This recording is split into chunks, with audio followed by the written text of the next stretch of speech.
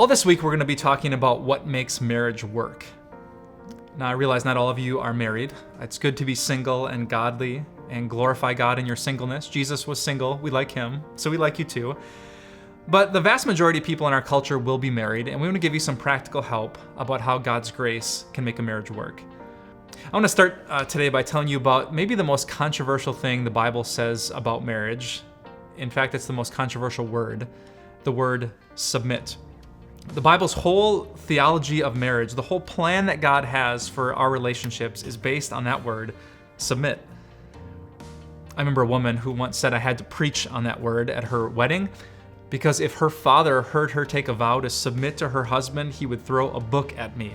Those were her words. And so I got up to preach, and here's what I preached. I said the word submit is actually from a Latin word, two Latin words put together. The word sub, which means under, like a submarine is under the water, and mit, or mittere, which means to put or place. To submit literally means that when you're head-to-head with someone, when you don't agree, when you both can't get your way, that you voluntarily place yourself underneath another person's will. A simple way to say it might just be you first. When the vote is split, when we don't agree, I'm going to choose to put you first. That's what it means to submit in a marriage. And in Ephesians chapter 5, one of the most famous sections about marriage in the Bible, it says this: submit to one another out of reverence for Christ.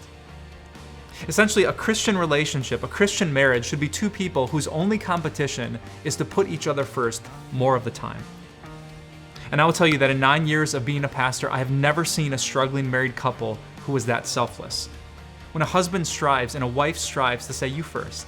No, you first. No, I want you to get your way. No, I want you to get your way. That is when marriage thrives and is everything that God intended it to be. I remember when I preached the sermon at that wedding, a woman came up to me afterwards and she said that she was not a Christian and she was a feminist. And I braced myself because I knew it was coming. A whole sermon on submission. But I'll never forget her reaction.